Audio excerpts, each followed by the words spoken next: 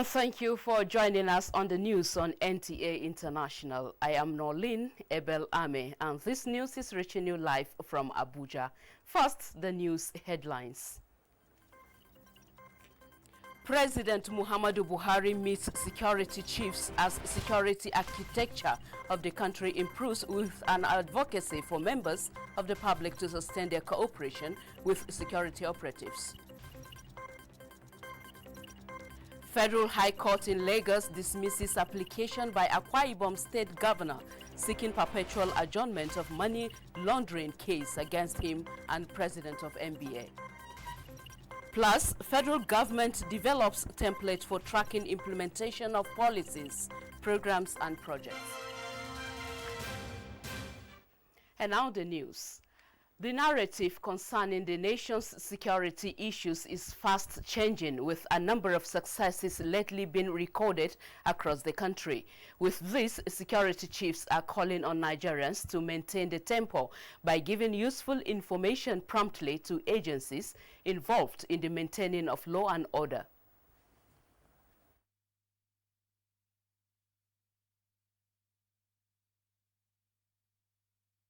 And the message that is coming out of that meeting is that the armed forces of Nigeria and other security agencies will continue to work much harder to ensure that every Nigerian is secured and the territorial integrity of Nigeria is not undermined by anybody.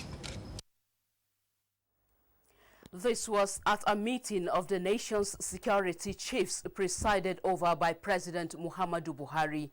Air Marshal Sadiq Abubakar, Chief of Air Staff, told State House correspondent Jide Onifade that the current strategy being adopted is effective and will continue to be operated. Vice President Yemi Osinbajo is back in the country from Rwanda, where he represented President Muhammadu Buhari at the 25th anniversary of the liberation of Rwanda. Vice President Osinbajo joined other African leaders and heads of state at the occasion, which took place today in Kigali. The event was held to reflect on the end of the genocide in 1994.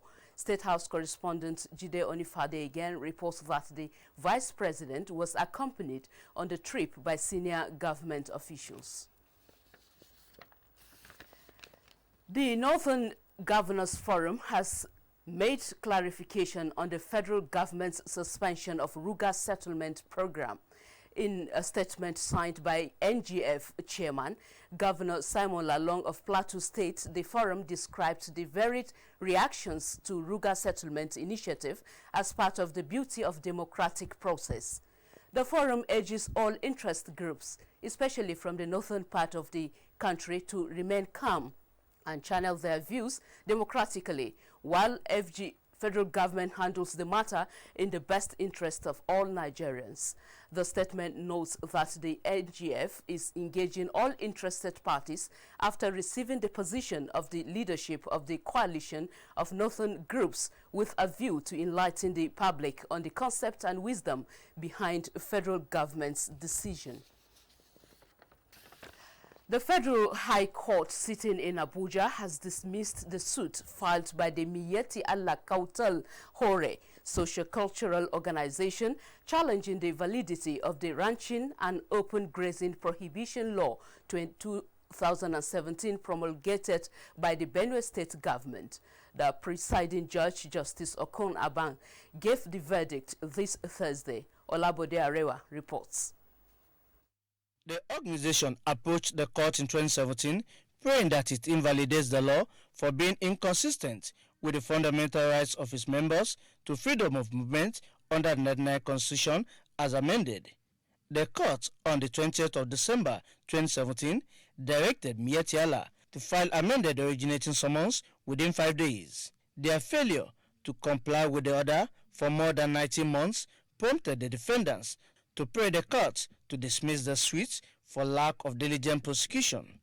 Justice Okonabang, in dismissing the suit, noted that despite several reminders by the court, the plaintiffs failed to comply and gave no cogent reason for doing so. The suit was struck out with 100,000 naira cost to be paid to each of the 14 defendants in the case. Efforts to speak with counsel to Tiala failed. Anybody that wants to rear cattle in Benue State will follow the good law paths to ensure that branching the best practices all over the world is maintained in the state. We are going to make sure we follow up through the courts to recover the money which they awarded in our favor. Officials of the Benue State government, the Inspector General of Police, and the movement against Fulani occupation are defendants in the streets in Abuja, Labodarewa. NTA News. And still on judiciary, the Federal High Court sitting in Lagos has dismissed an application by the governor of Akwa Ibom State, Emmanuel Udom, seeking indefinite adjournment of the money laundering charge brought against him and president of the Nigerian Bar Association, Paul Usoro. Vera Chumuba reports that Justice Rilwan Aikawa had ordered the immediate trial of the defendants in the suit. The Nigerian Bar Association President Paul Usoro is facing allegation of money laundering to the tune of 1.4 billion naira alongside Akwa Ibom State Governor Emmanuel Udom and others. Governor Udom has asked the court to adjourn the case sine die, that is indefinitely, so as to allow the Lagos Division of the Court of Appeal determine the appeal he filed against the ruling of the court. He is challenging the jurisdiction of the court to entertain the charge against Usoro on the ground that his name was mentioned as one of the persons who allegedly conspired with Usoro to launder the 1.4 billion naira. He argued that by mentioning his name as a sitting governor, the charge has become invalid as he is immune from criminal prosecution as a governor. EFCC counsel argued that adjourning the trial indefinitely will amount to stay of proceedings under Section 306 of the Administration of Criminal Justice Act. Justice Aikawa dismissed the application and ordered trial of the defendants. Meanwhile, a witness, Udom Ndogesit, had told the court how she facilitated the payment of 700 million naira into Paul Usoro's account. In Lagos, Viera Chumuba, NTA News. Away from judiciary, the federal government is developing a template for tracking the implementation of policies, programs and projects approved by the federal and state governments. To the Secretary to the Government of the Federation, Boss Mustafa, in a message to the Southwest Regional Meeting of Secretaries to the State Government and Permanent Secretaries of the Cabinet Affairs Offices, explained that this approach will enrich policy and decision-making process, which will translate into efficient service delivery. The Senate has called for the increased budgetary allocation to primary healthcare system in Nigeria and introduction of modern technologies in the treatment of patients. National Assembly correspondent Ignatius Nko reports. We convened into a closed-door session. 1 hour later, the executive session ends and business of the day commenced with primary healthcare system in focus. On the workings of the Senate. A motion from Senator Luremi Tinubu and 105 others highlighted the disturbing state of primary healthcare facilities in Nigeria. Senators argued that the poor funding of primary healthcare in Nigeria is responsible for the vast stretching of the secondary and tertiary healthcare institutions. Direct the Ministry of Employment to put in place policies to ensure that every employer of labor has health insurance package for employees. The federal government will release money through the budgetary provision, and that money will not be used for the primary purpose of equipping and maintaining the primary health care centers. Former governors in the Senate who were once in charge of these health facilities proffer solutions. The National Financial Intelligence Unit has made an observation that local government funds have been hijacked by the state governors. Unless we continue to create an avenue for it to be continually maintained, of course the whole thing will collapse again. It should not be made to just be affordable, and it should also be made free. There is also need to bring their operations, management, and administration under one roof. This is something that we need to oversight very well. We must ensure that everything is streamlined. Consideration of health matters continued on the floor as Senator Ibrahim Oloriegbe drew the attention of the Senate to the urgent need to strengthen the National Health Insurance Scheme and for NHIS to direct HMOs to pay health providers outstanding debts within 3 months. The enrollees complain of being frequently told to purchase drugs outside of the hospital under the guise of either the drug being out of stock or not covered under the scheme. Senator Emmanuel Oke Jeff drew the attention of the Senate to the recent tanker explosion in Benue State and the need to curb these accidents in Nigeria. Fire killing over 50 people and over 100 others secured various degrees of burns and injuries. Educate our people that whenever they see fuel products, be it HGO, petrol, or even gases, that they should stay away as far as possible. Senate observed a minute silence in honor of 2 former senators from Bauchi State who died recently, Senators Ibrahim Lame, Garba Gamawa, and those who lost their lives in the Benue tanker explosion. President of the Senate Ahmed Lawan granted audience to the Lebanese ambassador to Nigeria, Hossam Diab, and his United Arab Emirates counterpart, Ambassador Fahad El Tafak, during which they agreed to strengthen their parliamentary relations. From the National Assembly, Ignatius Nkwo, NTA News. Still on the National Assembly, principal officers of the House of Representatives have been constituted with the announcement of names of new majority leaders by the Speaker, Femi Bajabiamila. National Assembly correspondent Lami Ali reports. The announcements of the names of majority leaders was greeted with applause from House members. Members of the House of Representatives, APC caucus, hereby endorse the following honorable members as principal officers. Honorable Al-Hassan Ado Dogwa, House Leader. Mohammed Tahir Mongunu, Chief Whip. Honorable Inkuruka Onyejocha, the Deputy Chief Whip.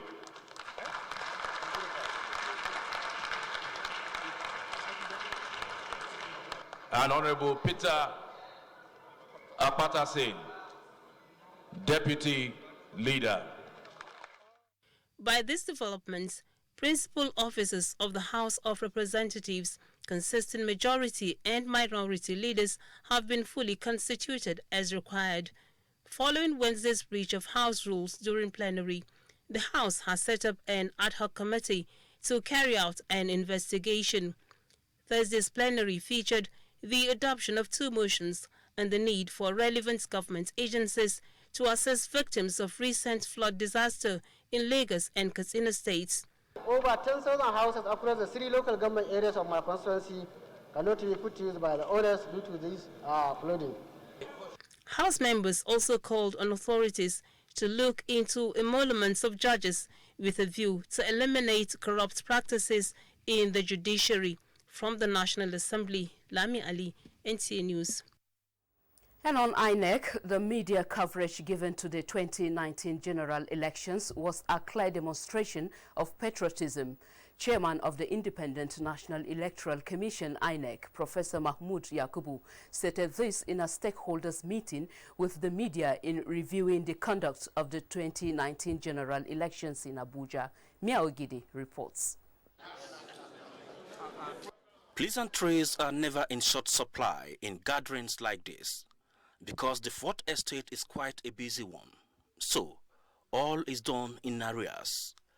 Being gatekeepers, these media chiefs avert wars, calm rising tensions, set agenda for the government, all in the interest of the nation.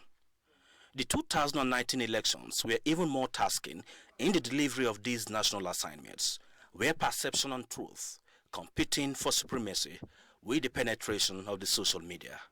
2,131 domestic and foreign journalists from 202 media outfits were on the field, and their experiences will enrich the idea bank of the INEC. The media did not disappoint before, during, and after the election. We were never at any point in time found wanting. the live coverage on television, radio, online newspapers, and live streaming on other platforms, free of charge, gratis. The Commission didn't pay for this. Such kindness and patriotism from the fourth power rekindles the spirit of comradeship in the INEC chairman. I want to assure you, Larry, that spirit of making our country work for all Nigerians is still in us, and it will remain in me forever. 2 months from now, all the contributions from the stakeholders will be in a compendium for a better outing in 2023. Mie Ogede, NTA News. This is the news on NTA International, reaching you from Abuja, Nigeria. The news continues in just a moment. After the break, please stay with us.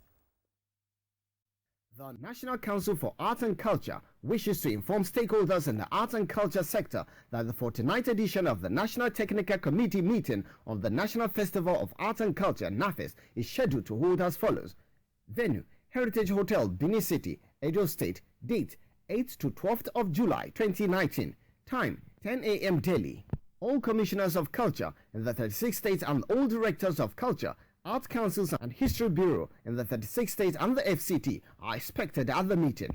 Announcer, Otumba Olusegun Rushewe, Director General, National Council for Art and Culture.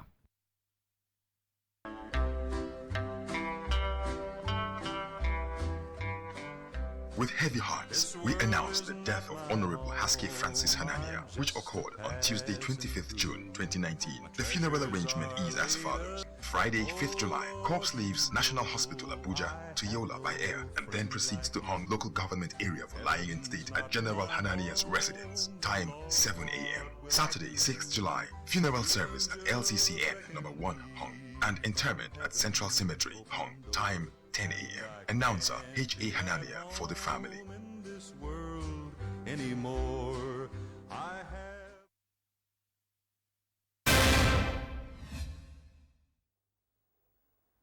Thank you for staying with us. The Independent National Electoral Commission says it will take a critical look at some issues that will engender better democratic practices towards a more credible pathway to elections and the electoral practices. This followed the presentation of the post-2019 General Elections Review Roundtable by the Center for Transparency, Advocacy and Accredited Local Election Observer Group. Timothy Yusuf reports. The 2019 general elections have come and gone. Stakeholders have, however, continued to review, appraise the outcomes, mistakes made, the successes, lessons learned, and of course rejig the process for the forthcoming Kogi and Bayelsa States governorship elections, and ultimately the 2023 general elections, which is about 1,200 days away. Executive Director of the Center for Transparency Advocacy, Faith Wadichi, championed this gathering of stakeholders with the presentation of the 2019 general elections final report. The report centers on 13 key recommendations, commending INEC for the conduct of a credible exercise. We feel that the political class, being the overall beneficiaries of an electoral process, they should actually be the ones in the forefront of making our elections better. The recommendations made are essentially to make amends for areas of concern by the stakeholders gathered under this roof. INEC on its part has promised readiness to make amends, especially as the Commission deliberates on continuous voter registration, whether or not to deregister non-performing political parties and the need for improved internal democracy within political parties. We are open in relation to all these engagements and all the recommendations that have been made so far. The November 16 governorship elections in Kogi and Bayelsa states, as well as other off-season elections, are expected to witness more improvement before the 2023 general elections. In Abuja, Timothy Yusuf, NTA News. Away from INEC, a combined team of firefighters have successfully contained the raging fire from an NNPC pipeline right of way at Ijegun in Lagos. The source of the fire was attributed to bunkering on the pipeline at Fire Junction by suspected vandals who were siphoning fuel into tankers. Paul Omokago reports that so far 2 dead bodies have been recovered. Chukwudi is a victim of the early morning inferno at Fire Junction, Ijegun, Lagos. His commercial vehicle, which he got on hire purchase, was among 31 vehicles gutted by the fire. It's vandalizers that caused this fire that raised the whole bus here. They are vandalizing the fuel. They have carried almost 13 trucks out. And the two that they want to carry out is the one that is burning here now. Director General of Lagos State Emergency Management Agency and an information officer from the National Emergency Management Agency, NEMA, confirmed to NTA that 12 vandals who were affected by the fire were rescued. I need to warn the citizen in this environment that there are a lot of inflammables in here. They need to cooperate with us. They need to be vigilant. This fire will go on long time. However, I can assure you that we are on top of it. It will not damage any properties again because we have localized it. We've curtailed the spread. We've shutting down the source of supply from the main source of supply, then asking them to shut down the valves, closest valves around there. And until when the fire goes out or is weakened before we can be able to put it out entirely. Investigations continue with strong security presence at the scene of incident. Apart from the vehicles burnt and 2 casualties, no building in the area was affected. In Lagos, Paul Mukago, NTA News. Beneficiaries of the Niger Delta Presidential Amnesty Program are set to use the technology incubation centers across the country for training and empowerment in the agriculture and allied sector. This hopefully will improve their expertise in various areas of specialization. This is sealed with the signing of Memorandum of Understanding between the National Board for Technology Incubation, NBTI, and the Amnesty Office to use 23 technology incubation centers allocated to it for cluster manufacturing by beneficiaries of the Amnesty program. This partnership with NBTI aimed at enhancing the achievement of the goal of empowering the beneficiaries is also to ensure that the beneficiaries register their products with the National Agency for Food and Drug Administration and Control, NAFDAC. We appreciate your partnership with the Amnesty Office in achieving the goal of empowering the Amnesty delegates. NPTI is benefited from the fact that we are going to use the opportunity to source for additional technologies within the area so that we can convert them into knowledge-driven and sustainable enterprises in such a way that the trainees will in future become key players in the nation's economy. The Ministry of Science and Technology sees this partnership as a value addition to the lives of the youth of the Niger Delta and has urged the partnering agencies to logically implement the provisions of the to be beneficial not only to the Niger Delta but the entire nation. The facilities of the National Board for Technology Incubation and at the same time add value to the lives of the delegates of the Niger Delta Amnesty Program. This will in no doubt further improve on the security situation of the Niger Delta region. The 23 MBTI Technology Incubation Centers approved for the Amnesty Program are located in Edo, Abia, Imo, Ondo, Rivers, Cross River, Akwa Ibom, Bayelsa, and Delta States. Let's now join Ado Adamu also on news from other parts of the globe. Report from Sudan indicates that direct talks between military rulers and protest leaders have resumed, with some progress being made on the release of political prisoners. Negotiations had been stalled since May because of the disagreement over the composition of the top body that would lead the country during a transition period. The African Union and Ethiopia mediators hope that the two sides would agree on how to share positions on the Sovereign Council. The opposition groups also want the deathly raid on their sit-in last month investigated. The resumption of dialogue restores hope for a transition to civilian rule. After a first round of fresh talk on Wednesday, the African Union mediator said Sudan's military rulers had agreed to release all political prisoners. He, however, did not offer further details or specify how many people were affected.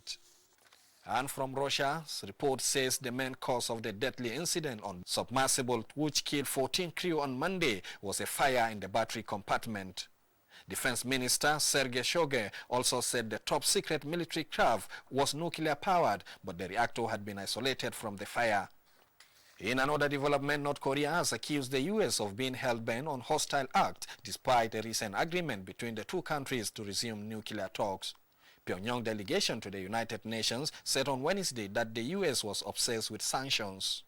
This comes days after the country's two leaders held historic meeting in the heavily fortified, demilitarized zone which divides the two Koreas. Donald Trump became the first sitting U.S. president to set foot in the North. And after talks that lasted for almost an hour, the pair agreed to set up teams to resume stalled negotiations on denuclearization. And that is it on this segment. Thank you for your time. Next is sports update.